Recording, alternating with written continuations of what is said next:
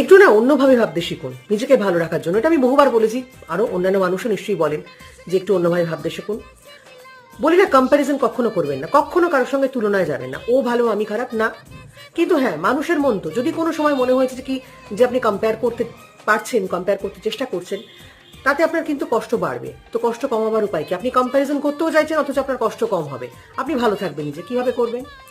অন্যভাবে ভাবুন। ধরুন আপনি দেখছেন আপনার উল্টো দিকের মানুষটা ভীষণ ভালো আছে, ফরেন ট্রিপ করছে, হ্যানা ত্যানা। আপনি কি বলতে শুরু করলেন? বাবা, আমার বোধহয় অবস্থা খুব খারাপ যাচ্ছে, আমার সময়টা খুব খারাপ যাচ্ছে। এই, ও অনেক ভালো আছে। এইটা বদলান। তার জায়গায় বলুন, আমার সময় ঠিকই যাচ্ছে, ও হয়তো আমার থেকে আরেকটু বেশি ভালো সময় দিয়ে যাচ্ছে।